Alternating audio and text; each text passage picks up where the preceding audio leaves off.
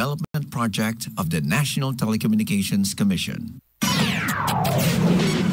Coming at you from Boulder, Colorado, the dog lovers capital of the world. This is Eric and his trusted canines, Nero and Julius. Looking forward to listening to DJ Tommy on 89.5 FM radio, Subic Bay. If you're not listening, you're stupid.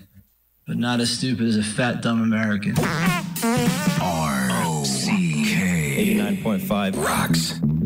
89.5 Subic Bay Radio. Final stretch of this radio show, and we got a couple more pieces of news and info for you. All right, you guys heard about the fire that broke out last night?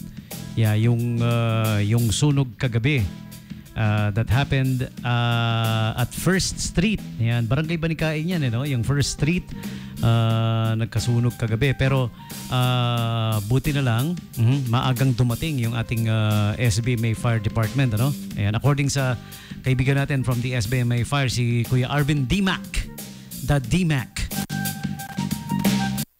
Salamat sa info, by the way. Ayan, yung sunog kagabi, nauna dun dumating yung SBMA Fire. Ayan, okay? They were able to deploy right away yung ating Engine 7 and Engine 9 and tanker na dispatch agad. Okay? Yung sunog, when it was called in, narespondihan lang. 2 minutes responding time, and upon receiving call, nakarating na kagad sa scene of the fire in less than 7 minutes ang ating mga kawani ng pamatay sunog. Yun yung official Tagalog term ng alam niyo ba?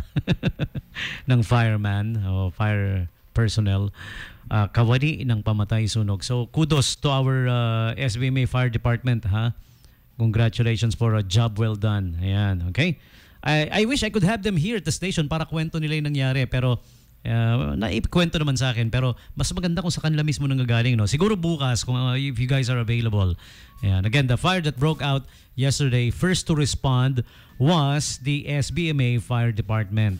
Ayan. In 2 minutes time, rumisponde agad sila, and in 7 minutes nakarating kagad sa scene of the fire yung ating fire personnel. Okay? Bringing in Engine 7, Engine 9, and our tanker ang na-dispatch kagad nila. Okay?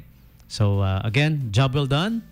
Congratulations, SBMA Fire Department, for that swift response. First on the scene. Unang-una, nauna, and nakapag-responde agad. Okay? Great job. At the fire that happened last night at First Street in Barangay Banikain in Olongapo City. Alam nyo, ang SBMA Fire, uma-assiste yan kahit hindi dito sa Subic Bay Freeport, kahit saan pa yan, as far as Bataan, Zambales, even the big fires in far places, malalayong lugar, sumasama, pumupunta sila, Even abroad, there's rescue missions, like yung mga tinamaan ng lindol, ng tsunami, at kung ano-ano pa. Ilang beses na pong tumulong, bumiyahe, lumipad ang ating rescue unit ng SBMA Fire Department. Ayan, okay? So, great job, you guys. We are proud of you. Ayan. And salamat sa info, Kuya Arvin Dimac and everybody at Fire Department. Ayan. I hope I could have you tomorrow. Kayo na magkwento sa program ko bukas, ha? If you guys are available. Okay? And the Olongapo City National High School Batch 1990 will be having their summer get-together at the City Beach in Barreto starting at 9 a.m. Alright? So, May 12, 2024. What's May 12? Is it Sunday? Saturday? Sunday? Saturday? Sunday? It's Sunday! Ayan. Uy, kasabay ng Mother's Day, Oh, so, yeah. Yung mga nanay doon, yun ay celebration nyo. Doon na kayo mag-Mother's Day, di ba? 2 in 1. Again, the Olongapo City National High School Batch 1990. If you happen to know somebody, a relative of yours, kamag-anak, kapitbahay, pakisabihan naman, ha? May 12, 2024, starts at 10 a.m. You can be there as early as 9. Siyempre, mag-set up pa. So, at the City Beach, Barreto, katabi lang yan ng Driftwood Beach. Okay? Na malapit sa home of the Jumbo Tacos, the coffee shop. Alright? And kaharap lang din ng 164. O pag makulit, lasing na, dalhin nyo sa 164. So again, Batch 1990 alumni sa Olongapo City National High School. Summer get-together, May 12, City Beach, 10 a.m. Kita kits. All right.